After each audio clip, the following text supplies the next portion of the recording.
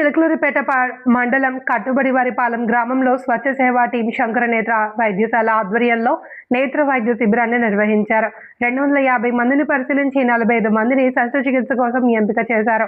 ఈ కార్యక్రమంలో శంకర్ నేత్ర వైద్యశాల డాక్టర్లు డాక్టర్ అర్పిత, కోఆర్డినేటర్ రవికాంత్, స్వచ్ఛ సేవా బృందం సభ్యులు, ప్రధానోపాధ్యాయులు కె హనుమయ్య, మజ్జిగ జగ్గయ్య, యక్కల వెంకటేష్, పగడాల రామాంజనేయులు, చిట్టిబోయిన మస్తాన్రావు, కొంగర వీరేంద్ర, మజ్జిగ శ్రీనివాసరావు, చెన్నంశెట్టి జగదీష్, ముత్యాల కోటేశ్వరరావు, మజ్జిగ నాగాంజనేయులు, రామిరెడ్డి జగపతి, యక్కల నాగాంజనేయులు తదితరులు పాల్గొన్నారు.